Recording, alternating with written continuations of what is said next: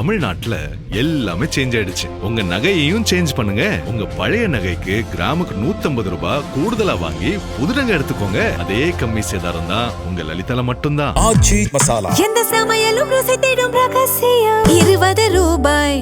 ஹாலிடேஸ்னாலே அது நம்ம ஜிடி ஹாலிடேஸ் தான். GT Holidays, South India's #1 travel brand. You know you are special when you're with GT Holidays.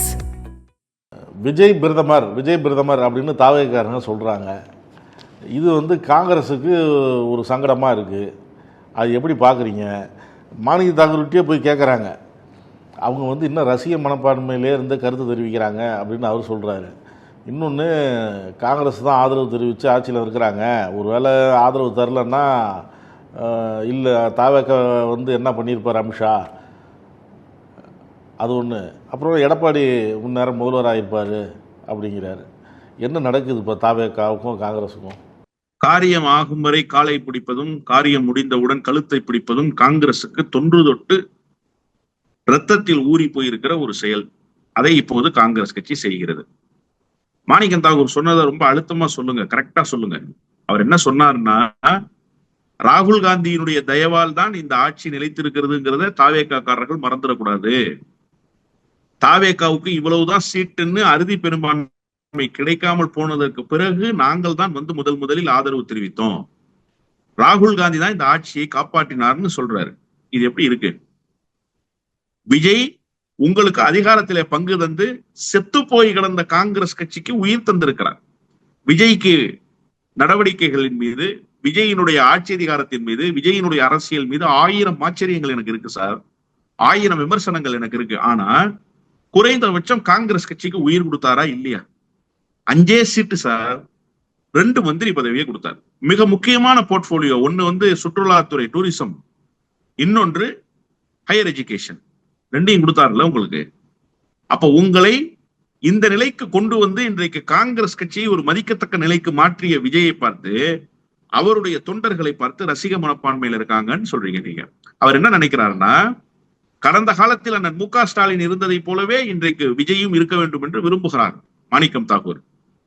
மு க ஸ்டாலினாக இருப்பதற்கு மு க ஸ்டாலினால் மட்டும்தான் முடியும். அவர்தான் 2019 உங்க கட்சிக்காரன் எவனுமே வாய் திறக்காத நேரத்துல எங்களுடைய பிரதமர் வேட்பாளர் ராகுல் தாண்டான்னு சொல்லி உங்க கட்சிக்கு முன்னாடி ராகுலை உயர்த்தி பிடித்தவர் அண்ணன் மு க ஸ்டாலின். அந்த அணுகுமுறை எப்படி விஜய் கிட்ட இருக்கும்? அந்த அளவுக்கு பறந்துபட்ட பார்வை கொண்டவரா விஜய்? நான் இன்னமும் சொல்கிறேன், விஜய் அமெரிக்காவினுடைய அதிபராக வேண்டும் என்று அந்த கட்சியினுடைய அதிகாரப்பூர்வ ஆலோசகராக இருக்கிற ஒரு ஜோசியக்காரர் பேசினாரா இல்லையா ஒரு ஊடகத்துல? அவரை கூட அரசுக்கு ஆலோசனை சொல்கிற பொறுப்புக்கு போட்டு எடுத்தாங்க. அப்படின்னா தாவேக்காவினுடைய மனநிலை எப்படி இருக்குன்னா, நம்ம அண்ணன் இன்னைக்கு முதலமைச்சர், நாளைக்கு பிரதமர், நாளை மறுநாள் அமெரிக்காவினுடைய ஜனாதிபதி அப்படிங்கிற மனநிலையில இருக்கிறாங்க. நீங்க அதை எப்படி தப்புன்னு சொல்ல முடியும்? காங்கிரஸ் கட்சிக்கு முதல்ல அந்த உரிமை இருக்கா? ஏன் காங்கிரஸ் கட்சி கூட்டு வைத்துக் கொண்டால் ராகுல் தான் பிரதமர் என்று ஏற்றுக்கொண்டால் மட்டும்தான் கூட்டா? நான் கேட்கிறேன் சார், ரொம்ப யதார்த்தமா நம்ம பேசுவோம். தாவேக்கா பேசுவது சரியில்லை, காங்கிரஸ் பேசுவதுதான் சரி. இந்தியா பிளாக்னு ஒண்ணு வச்சிருக்கீங்க இல்லையா, இந்தியா கூட்டணின்னு, அதுல ஆம் ஆத்மி கட்சி அங்கம் வகிக்குது. அரவிந்த் கெஜ்ரிவால் சொல்லிட்டாரா எங்க பிரதமர் வேட்பாளர் ராகுல் தான் 2029ன்னு? திரிணாமுல் காங்கிரஸ் அங்கம் வகிக்குது, மம்தா பானர்ஜி சொல்லிட்டாங்களா? சமாஜ்வாதி அங்கம் வகிக்குது, அகிலேஷ் சொல்லிட்டாரா? அந்த பக்கம் பீகார்ல தேஜஸ்வி சொல்லிட்டாரா? இந்த பக்கம் ஜார்க்கண்ட்ல ஹேமந்த் சோரன் சொல்லிட்டாரா? யார் சார் டிக்ளேர் பண்ணா இது வரைக்கும் ராகுல் தான் எங்க பிரதமர் வேட்பாளர்னு? அவ்வளவு ஏன் சார் காங்கிரஸ் கட்சியினுடைய அகில இந்திய தலைமை டிக்ளேர் பண்ணிடுச்சா? 2029 ராகுலை முன்னிறுத்தி சந்திக்கிற கட்சிகளோடு மட்டும்தான் கூட்டணி, ராகுலை முன்னிறுத்துகிற கட்சிகளோடு மட்டும்தான் தேர்தல் தொகுதி பங்கீடு பேச்சுவார்த்தை அறிவிச்சிட்டீங்களா நீங்க? அப்புறம் எப்படி ராகுலை பிரதமர் வேட்பாளராக அறிவிக்க வேண்டும் என்று இப்போதே நீங்க எதிர்பார்க்கறீங்க? இன்னும் நீங்களே தேர்தலுக்கு தயாராகல. தேர்தலுக்கான கால அவகாசமும் நிறைய இருக்கு. இப்ப இது என்னன்னா, தாவேக்காவை மிரட்டுகிற வேலையை செய்கிறது காங்கிரஸ் கட்சி. கடந்த காலத்தில் இப்படித்தான் செஞ்சிருக்கு. ஐக்கிய முற்போக்கு கூட்டணி ஆட்சி அமைவதற்கு முன்பாக முரசொலி மாறனுடைய மரணத்துக்கு இங்கே விட்டு போனார் வாஜ்பாய். அதற்கு மறுநாளிலிருந்து இவர்கள் ஒரு பீடிகையை கலைஞருக்கு போட்டார்கள். கலைஞர் காலை பிடித்தார்கள். கலைஞர் ஐக்கிய முற்போக்கு கூட்டணிக்கு ஆதரவு தெரிவித்தார். தமிழ்நாட்டில் மகத்தான வெற்றியை 2004 பெற்றாங்க. 2019 ஈழத்தமிழர்களுக்கு இவர்கள் செய்த துரோகத்தை எல்லாம் பொறுத்து கொண்டு இவர்களுடைய நாடகத்தை நம்பி ஏமாந்தார் கலைஞர். அப்போதும் இவர்களுக்கு ஒரு மகத்தான வெற்றி திராவிட முன்னேற்ற கழகத்தால் கிடைத்தது. இப்போ இவ்வளவும் செஞ்ச பிறகு 2009 தேர்தலில் வெற்றி பெற்ற பிறகு 2011 தேர்தலில் என்ன பண்ணாங்க? மேல சிபிஐ கொண்டு வந்து உட்கார வச்சுட்டு அந்த 2G ஸ்பெக்ட்ரம்னு யாரோ வகுத்த வியூகத்துக்கு அண்ணன் ராசா சிக்குண்ட திமுக என்கிற கட்சி தங்களுடைய எதிர்காலமே கேள்விக்குறியாகும் என்கிற நிலைமைக்கு முடக்கப்பட்டதற்கு பிறகு கொஞ்சம் கூட மனசாட்சியே இல்லாமல் தொகுதி பங்கீடு பேச்சுவார்த்தையை 65 சீட்டு கொடு 60 சீட்டு கொடுன்னு பேசுனீங்களா இல்லையா? கூடுதலான இடங்களை வாங்கிட்டு போய் திமுகவை எதிர்கட்சி வரிசையில கூட உட்கார முடியாம செஞ்சீங்களா இல்லையா? இவ்வளவு பெரிய துரோகத்தை திமுகவுக்கு நீங்க தானே செஞ்சீங்க. இப்ப அந்த வேலையை தாவேகாவுக்கு செய்யறதுக்கு காங்கிரஸ் தயாராயிடுச்சு. தாவேகா எச்சரிக்கையோடு இருக்கணும். நான் இன்னொரு விஷயத்தையும் யதார்த்தமா பேசுறேன் சார். தாவேகாவுக்கு இப்ப எதுக்கு இந்த குரல்? பிரதமராக வரப்போகிறார் விஜய், முதலமைச்சரா வந்து இன்னும் 100 நாள் முடிஞ்சு சந்தி சிரிச்சு போய் கிடக்கு தமிழ்நாடு. அதை சரி பண்றதுக்கே இன்னும் முடியல உங்களுக்கு. அந்த ஆட்சி அதிகாரத்தையும் முறையா கொண்டு செலுத்த முடியல. அதுக்குள்ள ஏன் பிரதமருக்கு போறீங்க நீங்க? இன்னும் 3 வருஷம் இருக்கு. 2029 நாடாளுமன்ற தேர்தல். நாளைக்கு காலையில நாடாளுமன்ற இல்ல சார், நீங்க இன்னும் 3 வருஷம் இருக்குங்கிறீங்க. ஆனா அவங்க இப்பவே வட மாநிலங்கள்ல ரீல்ஸ் எல்லாம் பரப்ப ஆரம்பிச்சிட்டாங்கன்னு சொல்றாங்களே. இங்க இருக்கிற விஜய் வந்து இப்படி செய்யறாரு அப்படி செய்யறாருன்னு இந்த ஷார்ட்ஸ் ரீல்ஸ் எல்லாம் போட்டு அனுப்புறாங்க, அங்கேயும் பரவுது அப்படிங்கிறாங்க. சார் தாராளமா பண்ணட்டும் சார். நான் என்ன கேட்கறேன்னா, இன்னும் இந்தியா கூட்டணிக்குள்ள நீங்க வரவே இல்லை அப்படின்னு யார் சொல்றாங்க? மாணிக்கம் தாகூர் சொல்றாரு. உங்களுக்கு எம்பியே இல்லைங்கிறாரு மாணிக்கம் தாகூர். உங்களை கிண்டல் பண்றாரு. விஜய் வழக்கமா பேச மாட்டாருங்கிறாரு. உதயநிதி ஸ்டாலின் தான் இது வரைக்கும் சொல்லிட்டு இருந்தாரு விஜய் பேச மாட்டாருன்னு. இப்ப யார் சொல்றா? மாணிக்கம் தாகூர் சொல்றாரு விஜய் பேச மாட்டாருங்க, அவர் அவ்வளவா பேச மாட்டாரு, இந்த விஷயத்திலயும் பேச மாட்டாரு, இந்தியா கூட்டணியில அவங்க இல்ல, எம்பி இருக்கிறவங்க மட்டும்தான் இந்தியா கூட்டணியில இருக்கணும் அப்படிலாம் கிண்டல் பண்றாரு. இப்ப இந்த நேரத்துல உங்களுக்கு எதுக்கு இந்த வேலைன்னு கேட்கிறேன். பிரதமராக வேண்டும் என்று ஆசை இருக்குமே, ஆனால் அதற்குண்டான பணிகளை செய்யுங்க. இப்பதானே சார் ஒரு கூட்டணி ஃபார்ம் பண்ணிருக்கீங்க. திமுகவோடு இன்டாக்டா இருந்த கூட்டணியை உடைச்சிட்டு வந்து ஒரு கூட்டணியை ஃபார்ம் பண்ணிட்டீங்க. பாஜக போட்டு கொடுத்த ஸ்கெட்ச்ல வேலை செஞ்சுட்டீங்க. ஒரு கூட்டணி ஃபார்ம் ஆயிடுச்சு. அதை தக்க வச்சுக்கிற வேலையை செய்யணுமா, அதை உடைக்கிற வேலையை செய்யணுமா? இப்ப நீங்க வந்து வாய்ப்பு கொடுத்ததுனாலதானே மாணிக்கம் தாகூர்லாம் எகிரி குதிக்க. மாணிக்கம் தாகூர் எகிரி குதிக்கிறது தப்பு, நான் அதை ஏற்கவே இல்லை. அந்த ஆளுக்கு எப்படா எந்த குட்டிகளாட்டாவை பண்ணலான்றதுதான் எண்ணமே. மதுரை வடக்குன்னு ஒரு தொகுதியை குரங்கு கையில சிக்கின பூமாலை மாதிரி வச்சுக்கிட்டு தானே திமுகவோடு இல்லாத பிரச்சனையெல்லாம் பண்ணாரு. அதுலதானே பிரச்சனை பெருசா போச்சு. அதுலதானே திமுகவுக்கும் காங்கிரஸுக்கும் மிகப்பெரிய நெருக்கடி எல்லாம் வந்துச்சு. நான் பெரியவர் காரு கேட்ட பேசிட்டேன்லாம் வீரவசனம் விட்டு சவடால் விட்டுட்டு இருந்தாருல, அந்த மாதிரி வேலையை அவர் செய்யறதுக்கு ஏன் நீங்க வாய்ப்பை உருவாக்கி கொடுக்குறீங்கன்னு கேட்கிறேன். அப்ப அந்த வேலையை செய்வதன் மூலமாக உங்களுடைய கூட்டணி பலகீனப்பட்டு போகுதுங்கிறத உணராமலேயே ஒரு பக்கம் தாவேகாவும், தாவேகாவினுடைய தயவால் தான் நாம் மந்திரி சபையில் இடம்பெற்றிருக்கிறோம் என்கிற நன்றி உணர்வு கொஞ்சமும் இல்லாமல் காங்கிரசும் குடிமிப்பிடி சண்டை போடுவதற்கு தயாராகி கொண்டிருக்கிறார்கள் என்றுதான் நான் பார்க்கிறேன். இப்போ அது ஒரு பக்கம் இருக்கட்டும் சார். நீங்கள் சட்டமன்றத்திலேயே கூட்டணி வச்சு தான் ஜெயிச்சிங்க, கூட்டணி இல்லாமல் நீங்கள் எப்படி ஜெயிப்பீங்க திமுக அப்படின்லாம் பேசுனாங்க. திடீர்னு தாரகைப்பட்டு எழுந்திரிச்சு பாரத் ஜோடா நடத்தினதுனால தான் இங்கே இவ்வளோ தொகுதிகள் நீங்கள்லாம் ஜெயிச்சிங்க அப்படிங்கிறாங்க. இந்த வாதம்லாம் ஓடிக்கிட்டு இருக்கு. உடனே நேரு எழுதிச்சு அப்படியே ஜோடா நடத்தினாலும் 10 இங்கே நீங்கள் எங்களால் தான் ஜெயிச்சிங்க அப்படிங்கிறாரு. மற்ற மாநிலத்தில் ஒன்றும் பெருசாக இல்லைங்கிறாரு. இது எங்களால தான் அப்படின்னு சொல்றாங்கல்ல, அது என்னது? இல்ல, காங்கிரஸ் கட்சி உண்மையிலேயே தன்னுடைய பலம் அறியாமல் காட்டுக்கூச்சல் போட்டு கொண்டிருக்கிறது என்றுதான் நான் பார்க்கிறேன். நீங்க ஒண்ணும் இல்ல, இந்த உலகமே என்னை நம்பித்தான் இயங்கி கொண்டிருக்கிறதுன்னு நினைக்கிற மனநிலை இருக்குல்ல, அது மனநலம் பாதிக்கப்பட்டவனுடைய மனநிலை. அந்த மனநிலை காங்கிரஸ்காரர்களுக்கு வந்துட்டதாகத்தான் நான் பாக்குறேன். பாரத் ஜோடோ யாத்திராவுக்கும் தமிழ்நாட்டில் பெற்ற வெற்றிக்கும் என்ன சார் சம்பந்தம்? கன்னியாகுமரிக்கு இந்த பக்கம் உள்ளேயே வரல சார். அவரு கன்னியாகுமரியில இருந்து அந்த பக்கம் போயிட்டாரு. அவர் காஷ்மீர் நோக்கி போயிட்டாரு.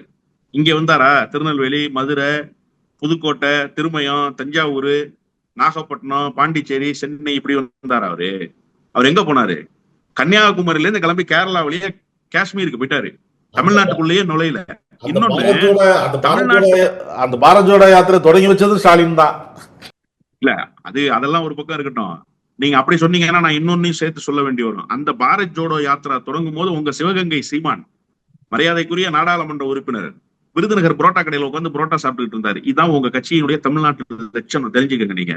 அப்ப கன்னியாகுமரிக்கு இந்த பக்கம் வராத பாரத் ஜோடோ யாத்திரா உங்களுக்கு எப்படி வாக்குகளை சேர்த்து கொடுத்ததுன்னு நீங்க நாகூசாம பேசுறீங்க. அன்றைக்கு அந்த வெற்றி திராவிட முன்னேற்ற கழகம் என்கிற பேர் இயக்கத்தால் கிடைத்த வெற்றி, முத்துவேல் கருணாநிதி ஸ்டாலின் என்கிற தலைவரால் கிடைத்த வெற்றி. அந்த வெற்றியை தான் நீங்கள் அறுவடை செய்தீர்கள். இன்னொன்னு நான் சொல்லட்டுமா? இன்றைக்கு எதிர்கட்சி தலைவர் என்கிற நாற்காலியை ராகுல் காந்தி பெறுவதற்கு காரணமாக இருந்தது திராவிட முன்னேற்ற கழகம் தான். 2014 என்ன கிழிச்சிச்சு காங்கிரஸ்?